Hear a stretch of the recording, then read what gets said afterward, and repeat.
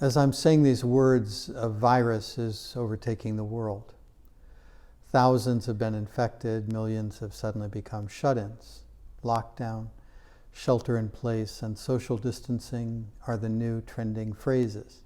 6 feet has become the closest acceptable distance for intimacy.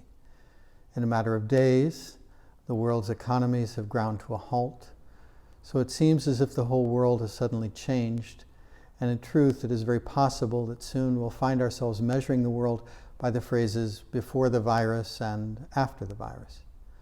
Such a dramatic change is jarring. We seem unprepared for it, as if we could have or should have anticipated such a worldwide event, and there will no doubt be a time for looking at how we did or didn't prepare, for how we responded to this initial outbreak when there was still time to avoid its worst effects. But I want to focus first on our response to change itself. I want to slow down and let the concept of change without the accompanying story be the focus of our attention. One mindful thing we can do is to notice how we react to change, how we feel uncertain, how we long to control life, how we need to protect ourselves from change. And so we might notice that for many of us, we have a natural pattern to resist change and to form a negative emotional response to it without even noticing that we've done so. Change isn't only for this moment, it's the very nature of reality. Change is always taking place, and some changes we like. For instance, when you make a new friend, and others we don't like, say when your new friend gets sick. And this virus isn't something we like, right? It can be good to notice that. We have, understandably, formed a strong negative emotional response to this virus. That's a normal thing to do, but a mindful approach includes the noticing.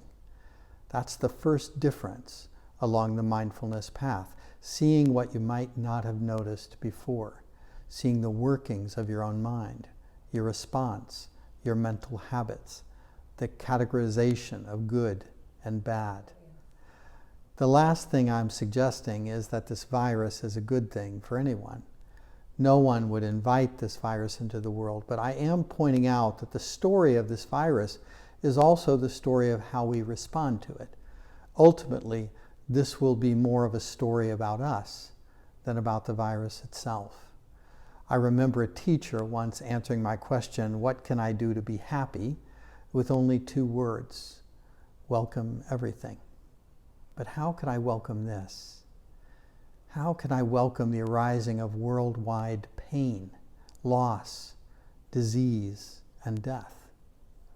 It is absolutely true that there is an unimaginable amount of pain that this pandemic is causing.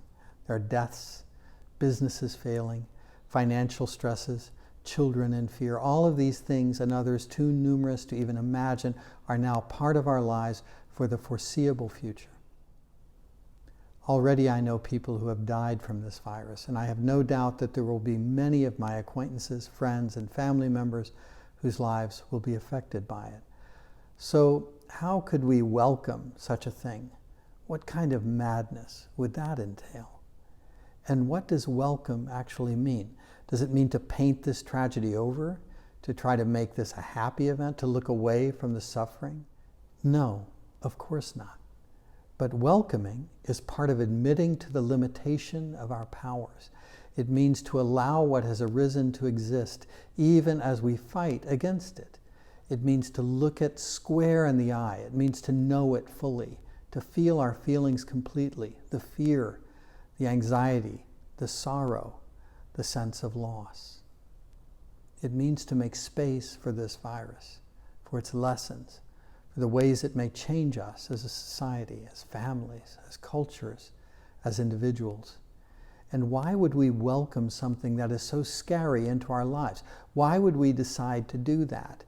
Because it's already here, because it arose. And since it is here, it has now become part of our path, part of the way we work on ourselves and relate to each other. So this doesn't have to do with painting a terrible thing into a pretty picture and pretending it isn't what it is. No, this is about accepting and then acting. This is about taking action within ourselves And so this can actually be empowering.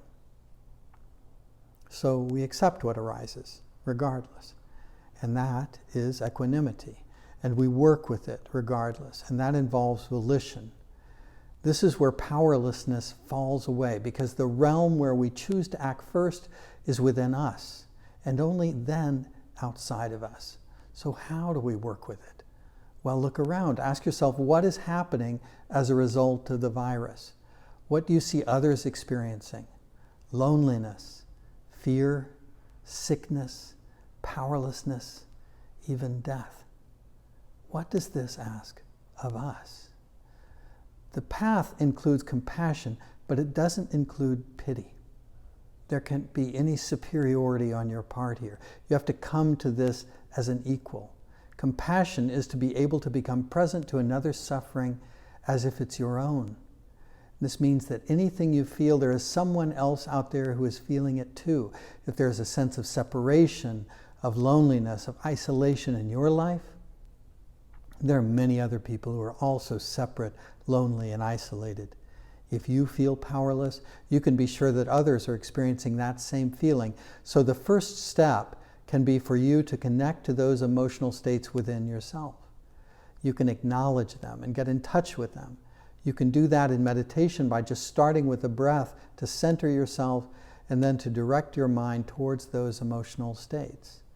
And once you have access to your own feelings, you can intensify them so that they are seen in their full force within you.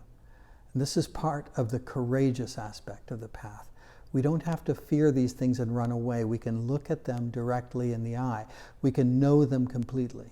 We can connect to this darker aspect of life, and we must, because that is how we come to grips with our fears. That's how we come to grips with powerlessness. This is how we learn to live with all the shades of lightness and darkness within our experience. So after you've come to accept your own feelings, you can remember that others have them too. You can wish for them the same healing you wish for yourself. You could start with just one person that you know and gradually add others who come to mind. There is space for all of them. And finally, toward the end of this process, you can simply include all beings in your wishes. May all beings be free of this fear, just as I wish to be free of this fear. May all beings be free of the feeling of loneliness, just as I wish to be free of feeling lonely. May all beings feel connected, just as I wish to feel connected to others. May all beings accept that there are things they cannot control, just as I cannot control everything. Such thoughts are powerful in ways we cannot know. We bathe the world in our wish for healing, for well-being, for the seeds of happiness. And we leave the results to take care of themselves. We allow the seeds to take root on their own. If you wish, you can do a meditation practice called Tonglen for them. In Tonglen, as you breathe in, you take in another person's suffering. And as you breathe out, you send them comfort. It's just a simple exchange, a willingness to experience the pain that they are experiencing, and then a desire to help them cope by sending them your own comfort. It's a very simple practice. Breathe in their pain, and then breathe out the comforting quality of your good wishes for them. You can be specific to a particular individual with this, or you can encompass everyone who is in fear, everyone who is experiencing loss, whatever you want to focus on. This all takes place within you, but the practice is very powerful, and it is just as simple and direct as I described it. Breathe in their pain, breathe out your comfort. And having worked in this way within us, we return to the outer world. The virus is, of course, still here, but now we have used it as part of the path, and we are prepared for the third step. What can you do now? The path includes both contemplation and action. So how could you now move beyond your inner work? Is there someone you could reach out to now? Is there a phone call you might make, an email you might send, a text you might write?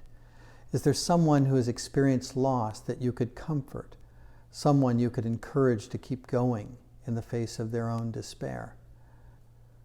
The path is not passive. On the contrary, it is lived out by acting upon your interior transformation. It's a balancing act. Interior work, exterior action, withdrawal and engagement, the soul and the world.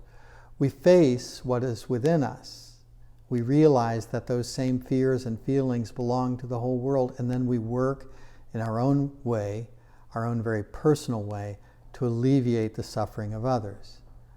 And in this very simple and direct way, all things, even in the time of this terrible virus, can be welcomed as a means to grow, to connect more deeply to ourselves by looking within, to set an intention for the healing of others, and then to turn outward and do what is within our power to serve.